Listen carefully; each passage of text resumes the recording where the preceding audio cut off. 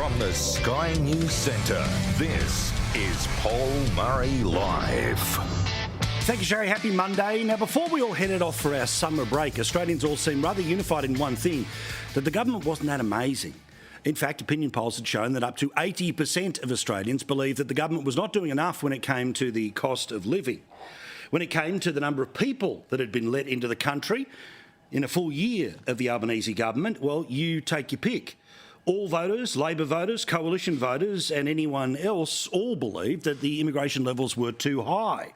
59% according to the Resolve poll in overall support, and that all-important swing factor of other voters being minor parties and independents, well, the number even higher. And then, of course, there was the Prime Minister still licking his wounds from spending $450 million of your money, not on fixing the streets of Alice Springs, but instead Alice Springs, among other places, voting against his idea to bring a committee to Canberra and change the Constitution, to get his moment in history. Well, as you know, there were many in the media who, to use the American term, were rooting for, to use the Australianism, were cheering for a change in fortunes of the bloke who they hoped would be Prime Minister for multiple elections, and that the guy that they like politically, as well as gives them better access to power and to information, despite the fact that so often he runs an opaque, no questions asked, sign this non-disclosure agreement, redact the documents kind of government. The expectation was that he would be able to fix things over summer, that everything would get a reset. He was throwing out the playbook that hadn't worked in 2023, a playbook that, by the way, included a tax rise on 10 million people where $1,500 was automatically taken away as a tax deduction. And part of that process was to announce that there would be a reduction in the number of people that would be coming into the country. The migration numbers, that were the best part of 750,000, well, we wouldn't be going there again in 2024. Clueless Claire O'Neill, the Immigration Minister, they were all there giggling and smiling. But then the first month of this year, reality started to take over the spin. As we told you, the highest numbers since 2009 were coming into the country. That's the reality of what was taking place. The Prime Minister also made his changes when it came to tax cuts. The polls said that this was a masterstroke when it came to politics because, of course, everyone was being told you'd be getting thousands and thousands of dollars. And tax cuts for everyone, asterisks, not really everyone. Whether they be low-income earners or middle-income earners, or indeed even high-income earners who'll get a $4,500 tax cut. And of course, all of this culminated in the winning of the Dunkley by-election, a by-election that, yes, the Libs at one point, according to one poll, were a good chance of winning, but the expectation was that they'd be able to take a big chunk out of the government. They took a chunk out of the government, but not a particularly big one, so therefore the reset worked, according to the media. Labor has won the Dunkley by-election, justifying the Prime Minister's changes to tax cuts.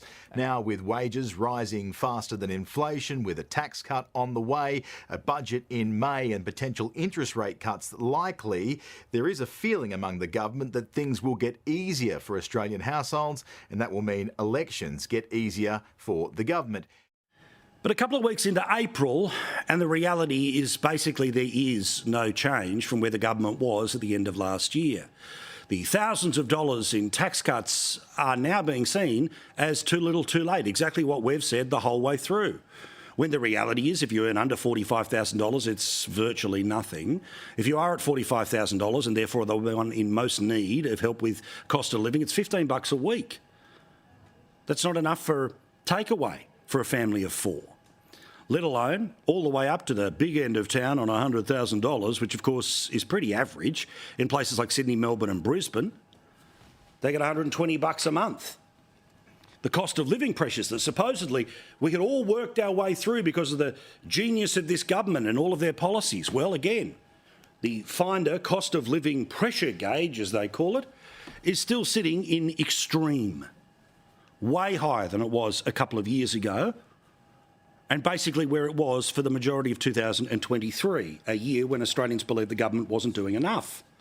And when it came to those busy streets that we were being promised, well, they were going to change. Well, as I said, the first month of this year rolls around and guess what? Even more people than ever before. In fact, more than since 2009 were coming into the country. More than 125,000 people in 1 month. So all the spin that everything was okay, the reality is that things have gotten worse. And the solution to the political bushfire, at best, was a bucket of water for each and every Australian. Well, of course, that's not going to put out a bushfire. But the Prime Minister says, don't worry, I'm sweet, I'm all good, I'm still the one that Australians love. We haven't lost, to go back to Nemesis, we haven't lost a Newspoll since I've been Prime Minister. Factually correct. They have not fallen below 50% in Newspoll. But Newspoll, which of course has been enough to change Prime Ministers on both sides of the political divide in the most recent political generation, it shows that his government is not headed to be returned with a majority. Instead, the government that only just got over the line, thanks to Greens' preferences, would lose at least 4 seats at the next election, and according to Newspoll, their 76 that would be required means they have to go cap in hand with at least 3 seats to be able to form a government. Now, most likely there are some reasonable members of the crossbench that will get them there, but if that number goes any lower, and it will go lower between now and the election, then it's going to be more crossbenchers, eventually getting to the Greens. And as for the Prime Minister's personal standings, again, I just wanted to take this little temperature as we move towards the budget in May, but as we're going through the spin cycle that I talked about last night in the lead up to the budget. The Prime Minister's personal numbers in other polls are not great either. In the Reserve poll, you can see there that 49% of Australians say that he is doing a poor or very poor job, compared to just 38% who say that he's keeping it positive. For the past 9 months in a row, including this month, in the Turnbull Times, in The Guardian, in their opinion poll, the country is headed in the wrong direction. 49% of people say that we're headed in the wrong track. And then all of those people who are paid to talk about politics on the 6 p.m. news all day long, on the radio, telly, writing articles all over the newspapers, they should have followed this story today, but of course they had no interest because it starts to, well, break the narrative of a Prime Minister who has found his second wind. But in actual fact, he's starting to, well, gas out. The Morgan poll came out today and showed that if an election was held last weekend, the Liberal Party would win. And I mean win. A two-party preferred election. After preferences, after everything else. And that's because the Labor Party's primary vote is a disgraceful 29.5%.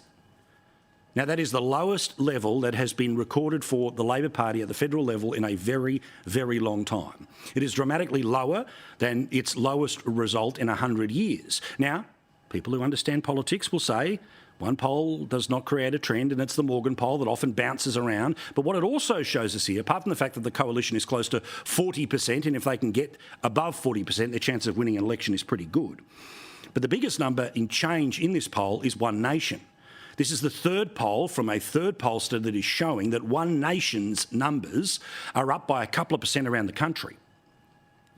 Now, this means that if there is what is called preference discipline, if, say, 2/3 of people who plan to vote One Nation at this federal election move their preferences away from the Labor Party, we could be in for a 2019 result. If it still ends up at about 50-50, when it comes to preferences and everyone's a bugger and nobody you're going to back in, well, then most likely the Labor Party squeaks over just. But this was a big poll today, a big poll that showed a big change in the electorate. It didn't necessarily show a giant jump in support for the Liberal Party, although that is getting stronger. It certainly showed things getting worse for Labor. This is on top of the Guardian poll. That, as I said, it tells you about half the country thinks we're headed in the wrong direction. More than, or about, again, half of the country who believes the Prime Minister's doing a very poor job. The bloke hasn't bounced back at all. It's 1 step forward, 2 steps back. And all of them are of his own making. All of them are his own decisions. Because, you see, while he thinks that there are grand political solutions, and as our colleague Sharry Markson and my friend told you, that when those tax cut changes were being made, Labor MPs were being told to go back to their communities and say this was the quote-unquote solution to cost of living. $15 a week does not solve anything. Even $120 a month does not solve anything. It gives a government a capacity to say they're doing something, but when it's not actually going to move the needle, well, then the fire is just as bad as it was last year. The only difference is that you've got a politician and largely the media trying to pretend nothing's happening.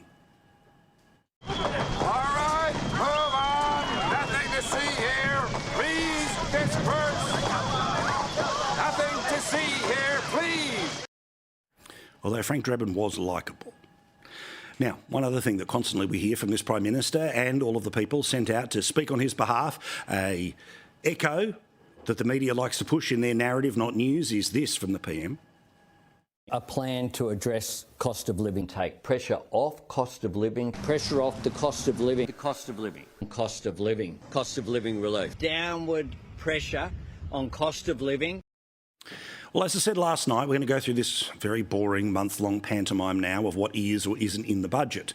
But I wanted to bring you this tonight because despite the fact that they say they're going to do everything they possibly can to deal with cost of living, old mate Grim Jim Chalmers was out there telling anyone who listened today, if you are somebody who is at the lower end of the income spectrum, there's nothing more than the dribble of too little too late when it comes to the tax cuts. In fact, welfare recipients who will not directly benefit from the revamped Stage 3 tax cuts can expect only minor cost of living support at next month's federal budget, as the government strives for a second successive surplus to bolster its electoral prospects, pay down debt and put inflation to the sword. Now, they're going for their electoral prospects. Now, under the intergenerational report that Jim Chalmers released last year, we are set for budget deficits for the next 40 years. As I explained in great detail last night, our problem is we don't cut spending and we don't increase revenue, so we stay in this position where as the distance between the money coming in versus the money going out gets bigger and bigger and bigger, the deficits just keep getting added. And the government then pretended that $1 trillion was the bill that was left over. Apparently COVID had never happened. Apparently JobKeeper had never happened. The people who wanted us to buy Virgin Airlines with taxpayer money, the reality is that they are now looking down the barrel of $1.4 trillion in government debt. These are the people who are doing everything it can when it comes to the cost of living. Well, again, here is Grim Jim today. Overwhelmingly, the biggest part of that cost of living relief will be a tax cut for every Australian taxpayer. But nothing else. But of course, as I have mentioned almost every night, and I have to because you've got to say it this many times to get it through their thick skulls. You get it, but we've got to get it through their thick skulls, right? We've got to get it through them that they are in a position to make decisions to make things cost more. There's this thing called indexation, which means that petrol, alcohol and a whole bunch of other taxes, well, they increase every few months. In fact, they end up chasing inflation. Billions of dollars. They are in a position in this federal budget, if they want to give people back $1,500 as an automatic tax return, regardless of how much money that you earn. That would help people under $45,000. A reduction in the amount of petrol tax would help people under the $45,000. No further increases to things like alcohol would mean that local businesses that don't just sell it, but those who also bottle it, brew it, make it, that they too would not end up in a world of trouble. But this is a government that is not interested in actually doing anything about cost of living. It's all about performance. It's all about a form of performance art, rather than actually taking the hit to their own political fortunes of being able to say that they have had yet another budget surplus. But this is a budget surplus that is built on mining that they hate and petrol taxes that they could control. Wait, watch and see, because I'll forget a lot of the other spin, but they have told us for how long we care about cost of living. They could do it tomorrow. What about that $1,500? That'd cost about $3 billion, but no, there's no way they're going to do that, are they? Because then they'd have to admit that they were wrong to take it away. So what we end up now is in a scenario where any and every industry becomes the scapegoat for the government, that the government pretends that they have no control, no capacity to be able to change the things that will change your life, despite the fact that something as simple yet, in my opinion, as profound as petrol tax is a decision that they could make tomorrow, but they choose not to.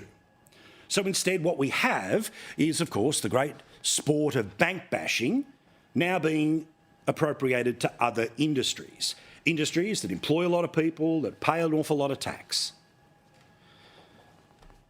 Now, we've seen this play before. Because when interest rates went up in May of 2022, it was all one person's fault. We think that the difference between Labor and the government is the government's trying to wash their hands of this challenge. You know, they don't understand the pressure that people are under Scott Morrison's cost of living crisis, and we do. And there are things that governments need to be focused on. Growing the economy without adding to inflation, getting real wages moving again, trying to have something to show from this budget, which is heaving with $1 trillion in debt. But of course, that was just one interest rate rise. An entire dozen of them have happened since, meaning that the squeeze on the suburban family is the worst it's been since the 90s. Forget the Asian GFC. This is a serious amount of strain that's happening on families right now. We talk about it every night. Yet what did this government do? Rather than trying to have policies that would cut government spending so that they would do their bit to be able to pull back on inflation, because the government pumping money in the way that it does, including with more than 36% of the entire federal budget being welfare, not to mention billions and billions of dollars in being spent off budget, but spent on infrastructure that, as the IMF has told us before, just like with state government, also pushes up inflation. This government turned around and sent the message out that it wasn't them. It wasn't even the Reserve Bank. It was just one public servant who was the reason interest rates kept rising. I think there's no doubt that Philip Lowe should go. I would say the government reappointing Philip Lowe would be an endorsement of the myriad failures. Half of all Australians believe the Reserve Bank boss, Philip Lowe, should lose his job. Angry politicians will have very pointed questions to fire at him on behalf of even angrier mortgage holders. But what he can't stop, rising rage over interest rate hikes. 52% of Aussies saying Phil Lowe should not keep his job. It was an extraordinary hit job. It was a hit job that was all about making it seem like one person who has one lever to pull and was the only person pulling a lever because the government wasn't pulling any levers that it possibly could. Instead, it was being kissed on the forehead by a huge amount of money coming in via the mining sector, meaning they were able to make a budget look good, despite the fact that the reality of the budget is that structurally it is in deep deficit for the next 40 years, meaning their plan is to spend and spend more than they earn for the next 40 years. And it worked. The government was never held accountable. Remember, we had entire election cycles where one of the reasons why John Howard's political fortunes changed between 2004 and 2007 was a promise on keeping interest rates low. As soon as they started to tick up, that was the reason to change the government. This was a government that promised to keep cost of living low if you elected them. Yet by any and every indices, it's all kept going up. I don't know, but it was Philip Lowe who was the biggest problem in the Australian economy. So, of course, he got the heave-ho. His deputy was appointed by the Prime Minister and by the Treasurer to become the new Governor of the Reserve Bank.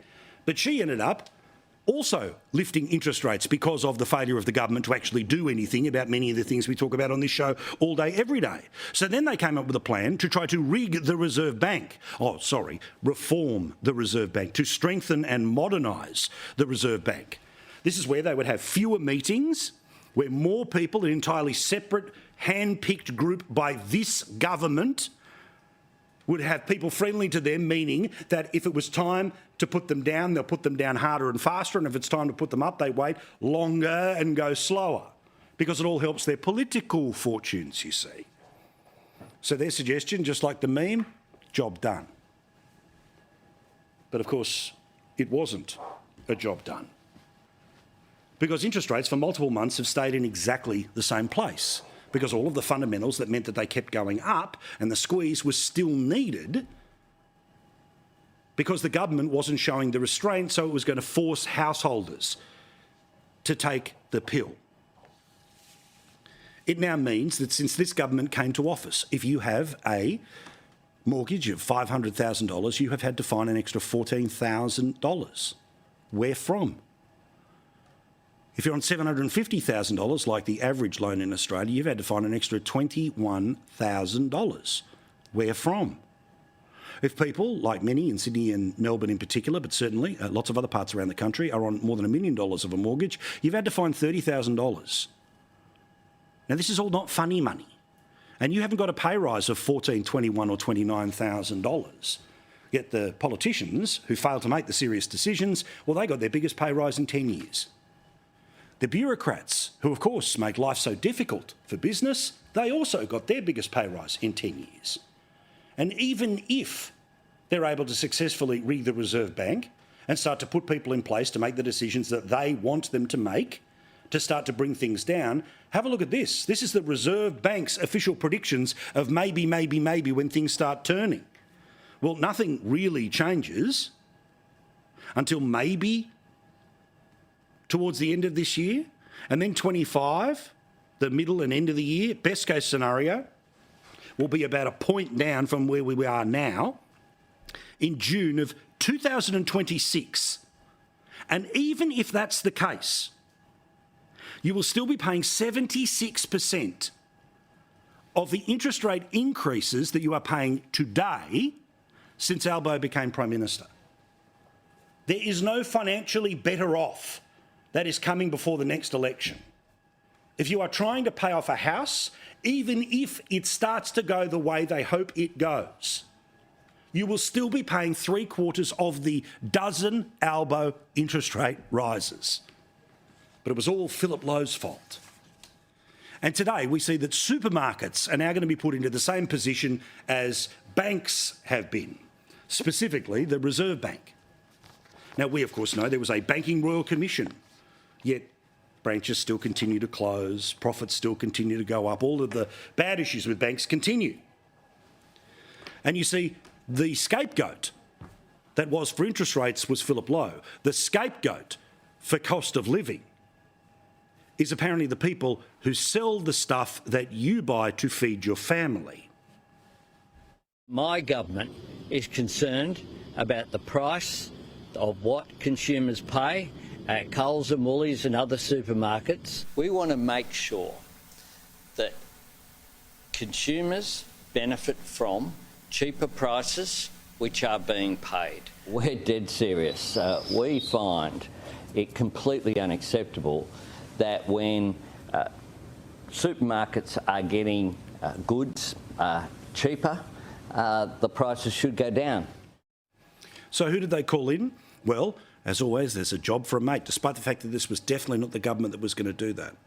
Dr. Craig Emerson, who at one point in time was a fair trading minister or something like that, he literally had responsibility for Grocery Watch way back in the Rudd and Gillard years. He, in fact, ended up having to wind it up. So he was the one who got called in, and he's the one who's now declared that what is currently a voluntary code of conduct will become a compulsory code of conduct.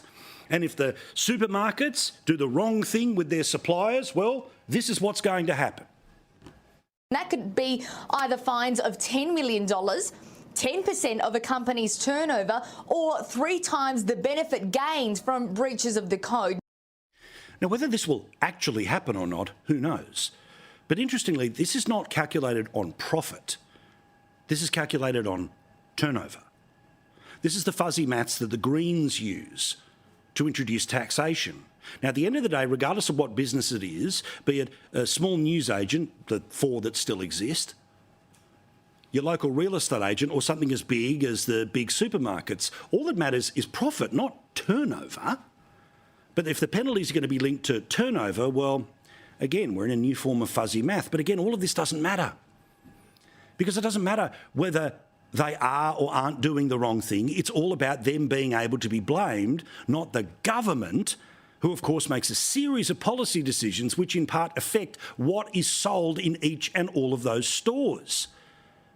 And in the end, the government's happy because this is how the news story gets introduced. And for a lot of people who were doing something else while the Channel 10 news was on, they just hear the start of it. And the start of it couldn't have been written better by Albo himself. A mandatory code of conduct for major supermarkets will lead to cheaper prices at the checkout and a fairer go for farmers. Honestly. Now, the reality of all capitalism is that once eventually you start getting down to only one or two major players, then yes, you end up in a relatively unhealthy position. Competition is always better because, as we've seen with, say, airlines, and even then there's not enough, it starts to bring down the prices. It starts to create better offers for the consumer. But the idea now that supermarkets are going to be treated in the same fashion as which the former head of the Reserve Bank is, as if it's all their problem and it's nothing to do with government policy. Now, I would believe that if the government wasn't doing anything to make things more expensive, not just in a supermarket, but in every shop in Australia. And that's exactly what they're doing. You see, last year in the budget, they introduced new taxation on heavy vehicles. Of course, all connected to do with climate change. But if that means that regardless of what price you've been able to negotiate between the supermarket and the farmer, for it to be driven from the farmer to the port to the warehouse to the shop, all of it's going to cost more because of the taxation the government's been put in place. If the government took that tax away, then OK, they'd be able to blame the end operator, that being the supermarket, but instead it's just another bogeyman and another person to be the fall guy. Another person to pretend that this government is only responsible when anything goes good. When anything goes bad, it's because of the bad actors that are in all of the other places other than the great place of government. Now, if anything does result in cheaper things, then I'll be more than happy. But I don't think it is going to result in that, and you know that too. The only thing that I do like is in part of this principle is that if a local farmer does want to take on a major supermarket, well, they will not be able to be retaliated against if they do so. That's good, but you don't need that in the mandatory version of the code. Just another fall guy. And yet again, the media falls for it or helps fall for it in exactly the same way they did when it came to interest rates, when the government plays a role. But in this case, nothing at all, apparently. When it comes to youth crime, of course, it is a very significant problem right around the country. It doesn't matter whether you are in Queensland, where we know the problems have been there, in the Northern Territory, or let's focus in particularly on New South Wales. Well, one of the horrible things that is happening at the moment is, of course, that a whole bunch of kids are deciding to post their crimes online. Now, of course, they're doing this for notoriety, but also it means that they get, 2 minutes of fame, and they do it enough time and eventually adds up to the 15 minutes of fame that Andy Warhol spoke about way back when. And these social media companies are more than happy to, for some reason, keep this garbage on their sites. But the police are starting to say that the amplification of crime via social media is something that is a real problem. And Tamworth, their top police officer, warns that social media sites are quite a problem here. In fact, he says that a lot of their activity is being driven by notoriety, specifically on the Chinese surveillance app, my words, not his, TikTok. Then, of course, in Dubbo, their local police officer is saying, or their local police boss is saying, they get that notoriety from showing off to their mates from different communities and around the whole country. Now, there was one politician that was willing to talk about this today, and it wasn't the Prime Minister, who, of course, was trying to change the subject. It wasn't the Treasurer who was trying to shift the blame. It was the alternative Prime Minister saying that this needs to change. Peter Dutton was talking today about the need for social media companies to be dealt with if they keep this crap up on their sites. And we know that the media companies here have an incredible responsibility that they're not yet meeting. We know that the companies should be taking that content down, because the glorification that kids seek online, that young offenders seek online by posting this material, is actually a motivation to go out and commit the next crime. Now, again, the establishment media hates Peter Dutton.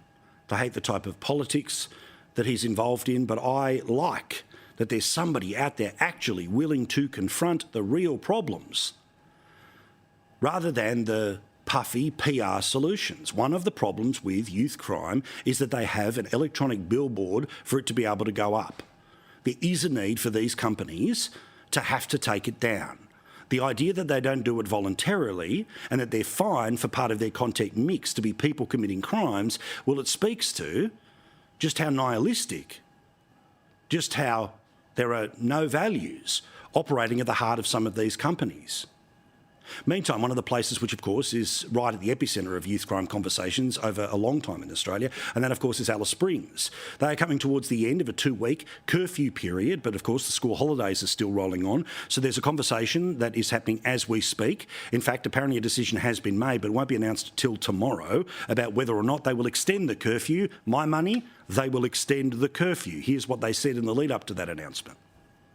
There's a meeting this afternoon with the Territory Emergency Management Council. There'll be a discussion around the extension of the curfew, possibly till 6 a.m. either Monday or Tuesday. It is being really effective. It has driven down crime. It's actually, the impacts on domestic violence as well are noticeable. Now, a quick warning to our studio team. We're going to have to get that sensitive content warning up on the screen in a moment or two's time. We will get to that in a moment because there is a very sensitive piece of information that may trigger people. We'll get to it in a second, but first, as we know, Trump derangement syndrome, rather obvious in the American media. There is a reason that we and other news organizations have generally stopped giving an unfiltered live platform to remarks by former President Trump. There is a cost to us as a news organization of knowingly broadcasting untrue things. They're still going to have to go out and put a bullet in Donald Trump, and that's a fact. The election is now less than 8 months away, and guess what? America is on the path to doing something really, really stupid. Explicit about running as an authoritarian. Why is he even allowed to run?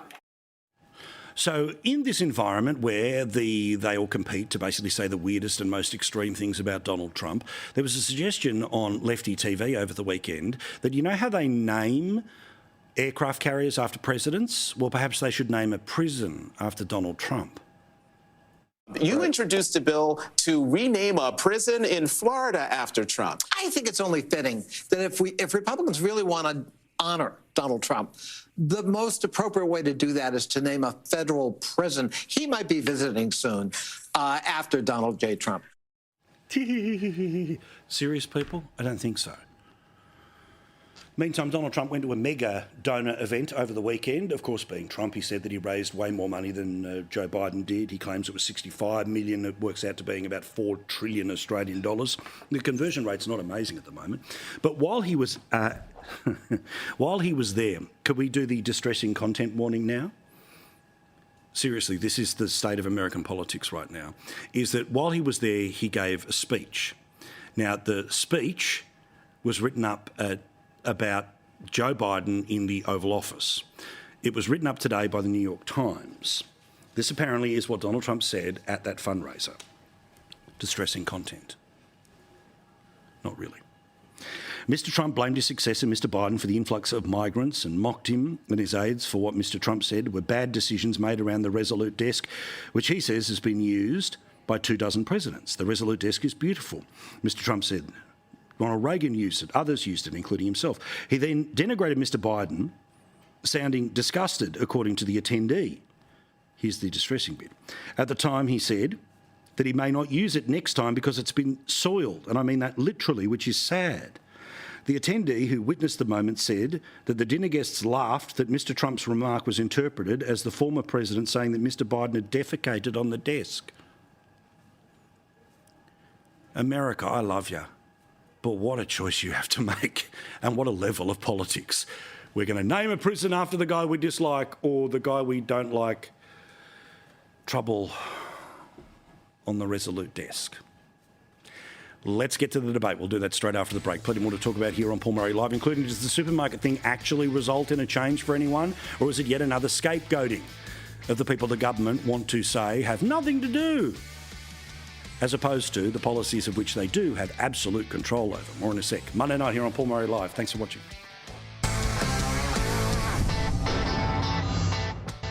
Fat and wriggly, that's how people may describe me from time to time, but they certainly would not our upcoming guests. They're beautiful, they're fit and they're wonderful. And that's just Matt Canavan. Of course, Matt Canavan, the Senator for Queensland, joining us now from his house in Yeppoon. Oh, come on, take the compliment, it's there. And the wonderful Jenna Clark from the Australian newspaper, who we always love seeing as well. All right, Matt, let's have a chat here about this supermarket stuff. Again, what we are starting to see here is a pattern of decision-making and how they shift the blame. all right? When they're putting their policies together, everyone signs an NDA, and then if you want to make sure that whatever minuscule amount of funding that you get, you stand behind them so they don't come back with you with the big stick. Now we see, when it comes to the Reserve Bank, it was all Philip Lowe. It was all one individual's fault, so we'll rig the bank, but then the bank, of course, still put up the interest rates anyway. Now, again, we're going to turn around and say, oh, look, it's the supermarkets who are really over-pumping the prices of all of the stuff that turns up there. There's no extra costs that we put into things like the transportation of fruit and veg. Well, you're right, Paul. This review is a smokescreen and it is a stitch-up. It's a smokescreen as you've described it here because the government is trying to hide the fact that under its watch your grocery bills have gone up by more than 20%, and that's just on the ABS figures. I mean, for some certain products in your trolley, they've gone up by much more than that. People notice that. They feel that every time now they go to the checkout, and you get concerned, is your card going to have enough on it now? I mean, I heard an ad on FM radio the other day where someone went to a bank to get a $5,000 loan, and the manager said, what do you need a loan for? And they said, oh, well, a couple of cartons of eggs and some capsicums, and a lettuce. And that's how people feel right now, and that's happened to this government. The simple fact is we've had a concentrated retail market for decades. Now, I think that's an issue. I think that there's an issue that should be something should be done about that. But it's not the reason your grocery bills have gone up by 20% in the past 2 years under this government. Because that Coles and Woolworths were big gorillas 5 years ago. Why weren't they putting prices up back in 2018? They've just decided to do it now. I mean, were they stupid then, or have they become smart now? No, they've been ripping off consumers for some time. They've been bullying their suppliers for some time. We know that, and that's had an effect. But the real reason you're struggling right now is because we've signed up to policies like net zero emissions that have pushed up energy prices. We've spent too much money during COVID, which has pushed up inflation, and we're bearing the consequences of that now. Yeah, I mean, Jenna, it is fascinating that the Labor Party, for say, let's focus in on the 12 months before the last federal election. It was all personal. It was the people in charge. They were the reason. Their literal promise was vote Labor and the cost of living will get better. No asterisks, nothing like that, all right? 2 years later, no personal responsibility. It's not our fault. And I think in some ways what they're relying upon here is a distrust of big companies. Now, again, big companies don't do everything perfectly. In fact, there's plenty of things that big companies don't do, and we'd all agree on that, regardless of the fact that, we all understand the role that they play. But it seems to me that it's sort of a bit of a clever trick here to pretend that the listed companies that Australians have shares in because they have to have shares for their superannuation, which means they have to make more money, more profit than they did the year before, are also the bad guys, when, of course, all of it 18 months ago was just one person's fault. Yeah, and interestingly, that you mentioned that, Paul, the fact that they're blaming big business. Yet today we had the Treasurer and his assistant, Stephen Jones, in Canberra talking about this review into the review, and we'll get the final result, I don't know, in July 2028 or something like that. And then we had other cabinet ministers up in places like Gladstone with the announcement of the new Fortescue site, talking about how, big business is so important to Australia, it employs so many people and things like that. So clearly this is just another element of the fact that the cabinet have no idea what's going on. But at the end of the day, I think it's good that Albo's such good mates with Xi Jinping, because China will be basically feeding us in the foreseeable future, because at the end of the day, it comes down to our primary producers, and our farmers are the ones that are going to be squeezed more and punished more. Well, and I think that's the other issue that I don't know is entirely solvable, Matt, which is the scale between the person who's basically buying an awful lot of what you make and becomes your biggest customer being able to, on some level, dictate the price. I mean, if you promise to buy something in bulk, you expect some level of a discount. Now, I know that for as long as we've all been walking the earth, let alone had access to a microphone, this dynamic has been one that has caused political problem for a long time. But I think anyone thinking that, the bloke who shut down Grocery Watch doing the work of Albanese is somehow going to solve that nexus, good luck. Well, you're right, Paul, and keep in mind too, it's not just the small businesses and farmers, it's other businesses too. CocaCola said a few years ago that Australia was the most anti-competitive country in the world to do business in. I mean, CocaCola, they struggle to stand up to the likes of Coles and Woolworths because they just control so much of the shelf space in front of Australian consumers. They are able to dictate terms to almost anybody. So what chance has a small farmer got? But you're absolutely right about Mr. Emerson. I mean, he's a smart guy, but if you wanted to pick a guy that would do the bidding of the big supermarkets, of big business, he'd be your man. He's constantly and always defended big business through his career. About a decade ago, when the Liberal and National parties proposed that we extend unfair contract laws to small businesses and farmers, he called that interventionist populism. In an op-ed to The Australian, he was calling us all types of terms. Today, he's out there calling the Nationals Party policy for divestiture. Guess what? Another example of populism, even though his report says nothing about those unfair contract terms, which have now been in place for more than a decade, and they're fine. They're working really well. And so he always resorts to this kind of reactive defence of big business, Mr. Emerson. That's why he was picked by Anthony Albanese, because I'm sure, I bet you, that while the Prime Minister was out there haranguing Coles and Woolworths, his advisors were secretly calling the government relations people of Coles and Woolworths and just whispering in their ear saying, there's nothing to worry about here. You're just going to cop a few headlines, but, Craig will take care of everything. And he's done that. Yeah, correct. And of course, they deal with big unions, which means that, their employment agreements are very different than what small business has to deal with, and so on and so on. Just before we go to break here, Jenna, the government is doing everything it possibly can on cost of living. However, no changes to welfare payments that are going to be coming up in the budget. And look, 24 hours ago, I was pointing out to everyone here, showing the numbers, that the single biggest part of the federal budget is welfare. It's grown on this government's watch. But how can they have the balls to turn around and say, we're doing everything we can, when they don't cut petrol taxes? And instead, it's like they survive another day without anyone calling them out. Yeah, it blows my mind, Paul, and the fact that the people are now screaming out, like Matt said, daily and taking out loans about cost of living issues, and the fact that the Treasurer today bangs on about they're wanting to get the economy back on a solid footing, when we're seeing, record resource windfalls and royalties roll in to state and federal coffers. It just doesn't make any sense. And the fact that we got this exact same rhetoric before Jim Chalmers' last two budgets, which we've had since his time as Treasurer, and they've both been pretty unremarkable books. So it's going to be interesting to see the type of, I think he said he's got a couple of weeks left of decision-making time left to go, but I call nonsense on that. I'm pretty sure it's already at the printers. Well, I repeat, this time last year, they made the decision to yank $1,500 away as an automatic tax return for 10 million people. To then turn around and say, well, now we're going to do something for you. We don't believe you. When you decide to cut back on things like an increase in petrol taxes, which was 23 cents, now 49 cents, that's when we'll start to believe you. The people in the press gallery might believe you because they get the little text messages at night from their favourite minister. Love you, thanks for the coverage. Well, those of us who have to read it, see it and listen to it on the outside, well, we call BS. Quick break, back with more. We're going to talk about everything from naughty pictures to naughty greens. More in a sec. Now, I've got a big announcement for you in less than 10 minutes' time. I guarantee you are going to love a show that we've got coming up this week, but I know you're loving tonight's show because we've got a senator and a potential future senator. Who knows how she plays her cards?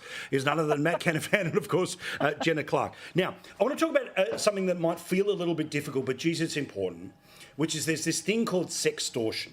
And this basically means that somebody says, I've got nude photos of you. Unless you give me money, I'm going to send them to your family or distribute them wider on the internet.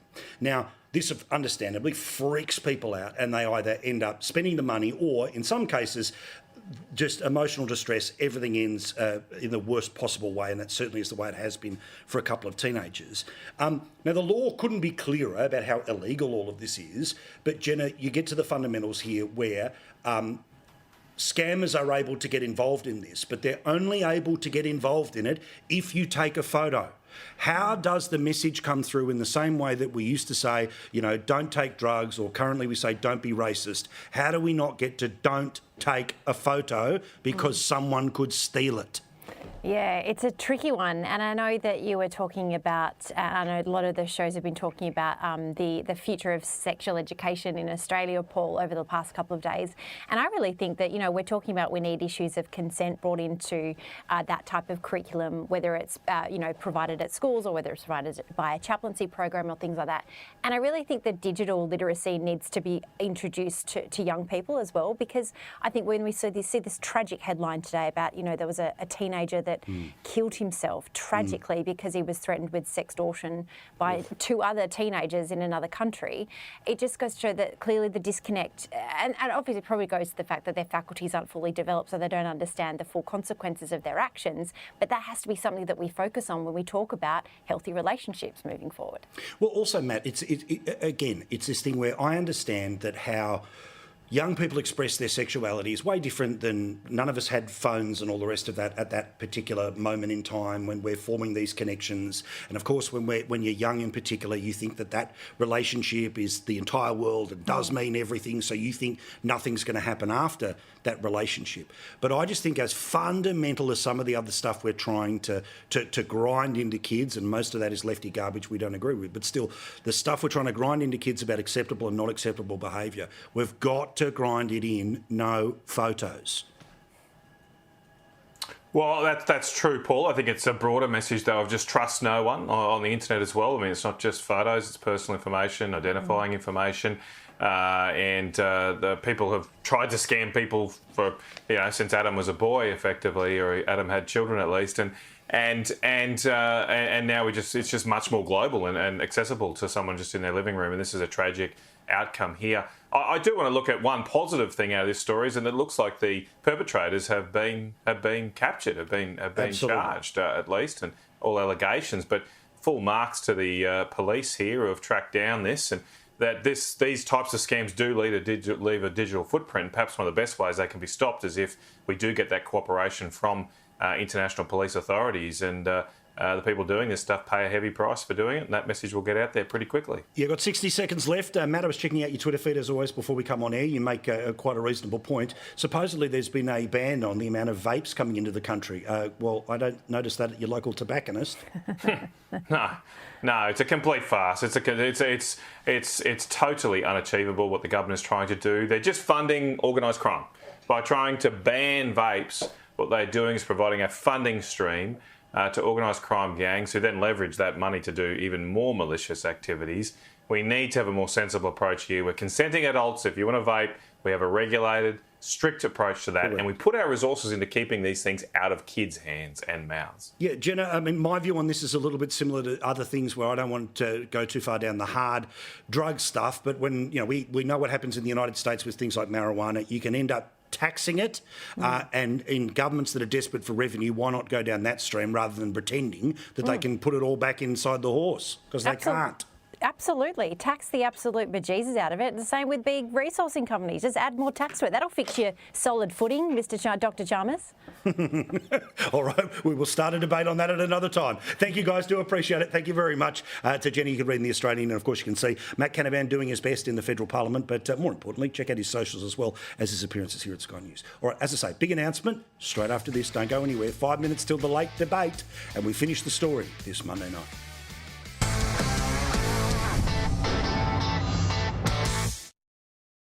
Now, for as long as I have sat here, we have tried to have a long conversation about where did the world go wrong?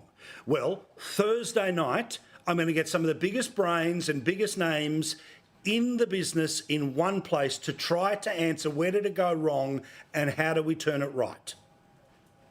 Are you ready to fire up? We're going to bloody our knuckles and we're going to get right into it. Paul Murray on Thursday packs a punch. The Allstars on Paul Murray Live. With a special All-Star lineup. Somebody comes along and tells you to feel guilt, go and tell them where to go. Now we get some lefty think tank, and it's a disaster. People that are so fired up about this, I just find it so interesting. We tell our truths through stories, and people have kind of had it. In an All-Star special, 9 p.m. Thursday. Bugger the footy. Thursday night's real action will be here on Paul Murray Live. It's going to be huge. It'll make news. You watch it live Thursday.